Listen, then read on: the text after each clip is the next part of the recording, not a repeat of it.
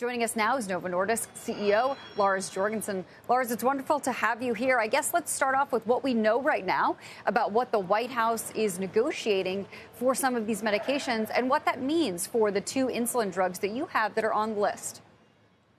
Yeah, thank you for having me. Yes, it was announced yesterday that some of our insulins will be on the list of products to be negotiated. We welcome support of patients. Unfortunate situation is that while we face declining insulin pricing, those benefits are not always shared with patients. So now we see that some of our fast-acting insulins are part of the list of products to be negotiated with the government, and we'll see how that will play out. That's not perfectly clear to us yet. So you don't yet know exactly how that will impact the financials? Well, the list of products shown there show the gross spent. We give significant rebates already to the government, which means that from a financial point of view, the value of those insulins are actually quite modest to us. So it's not something that affects our business because we already rebate them significantly. And we also announced that we'll be reducing our list price by 75% to help patients who pay out of pocket. So there are many complexities and elements, but it's not something that's going to significantly impact our financials. Longer term, Lars, there are those who do worry that it will suppress R&D activity among at least U.S. pharma giants. Is that misguided?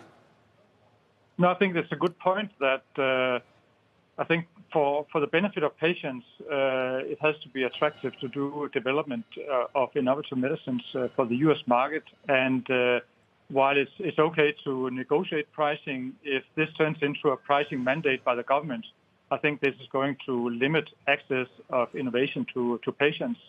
And I think that's not what we should be doing. We need to have a free market where we can compete on clinical benefits of products and let the best products win in that game and not be that determined by price mandate or price fixing by the government. Lars, I'd love to talk to you about the acquisition that was announced this morning of Embark Biotech for this appetite suppressant. What is the opportunity here? I mean, this just seems like an area of the market that almost has no limits. What are you forecasting? Yeah, it's a good point. We know that in the U.S. alone, there's more than 100 million people living with obesity. Now we are launching attractive products into that category. We know that it's a complex disease, and we are committed to bring different mechanisms in play to really help patients. And we believe for the individual, but also for the healthcare systems, there is a tremendous benefit in addressing obesity, which is actually a gateway to more than 200 other diseases. So I think we have an opportunity here of actually introducing what can be a defining, say, medical intervention and bring significant healthcare benefits to both individual Americans, but of course also society at large. It is pretty amazing what the opportunity here could be. And as you mentioned, the comorbidities, which is really important to understand about all of this as well. I am interested in what it means, sort of the long-term revenue streams, because from what I understand, you really cannot stop taking Ozempic if you're using it for a weight loss situation. If you want to maintain that weight loss, you must continue to take it. I think it's important to underline that Ozempic is approved for type 2 diabetes, and we go with obesity. And when you look at obesity, it's important to acknowledge that when you live with obesity, you have a chronic disease. We know that it can lead to a number of other diseases that also leads to chronic treatment. So I think in these days, we're actually establishing what is obesity.